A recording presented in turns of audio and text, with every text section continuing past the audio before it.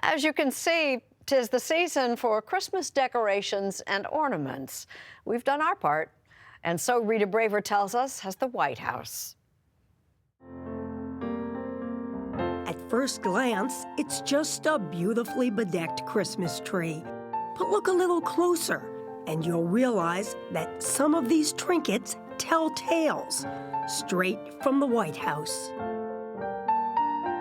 This wonderful ornament shows Santa Claus, and it says, "I've come because I hear their children in the White House." Well, Teddy Roosevelt had 6 children, and here they are all depicted on the reverse of this ornament. Stuart McLaurin is president of the White House Historical Association.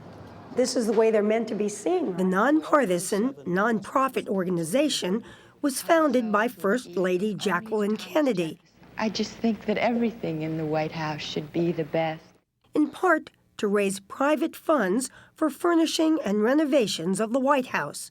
But it was Nancy Reagan who launched the idea of selling White House Christmas ornaments. The first was a simple angel.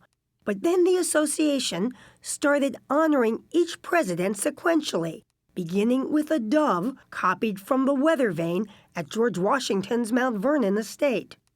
And this is the first one that actually depicts the White House on it. That's right, the second president of the United States, John Adams, the first president to actually live in the White House. Over the years, color is introduced, and the ornaments become more elaborate. Get along to President Abraham Lincoln, and you have his beautiful portrait done by George Healy that now hangs over the mantel in the state dining room. And a little bit of a twist here is this opens, a hinged frame. Christmas trees have proved to be the most popular. This one lights up because Calvin Coolidge was the first president to decorate the national Christmas tree with electric lights. Sometimes the most beautiful and interesting ornaments relate to some of our least known and, in some people's view, least distinguished presidents. Right. Well, you know, we don't focus on the policies or the politics or even the importance, the popularity of a president. It's about the period of time in the White House that that president served.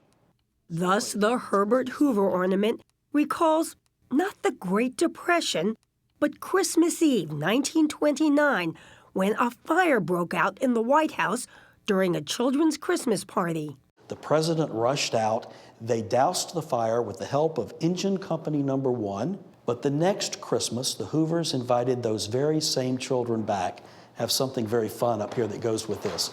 And they gave them a toy fire engine as a memento of Christmas 1930. And it is the replica of the fire engine that we represent in this ornament. Since the beginning, the ornaments have been mostly made piece by piece, one by one, at Chemart in Providence, Rhode Island, owned by Richard Beaupre.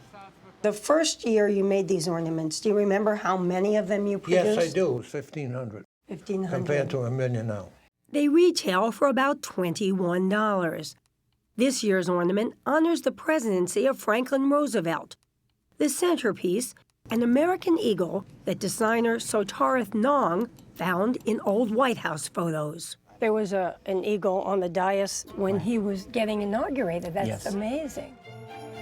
First ladies have traditionally hung the ornament of the year on one of the White House trees, and Mrs. Trump hung this year's ornament in the library.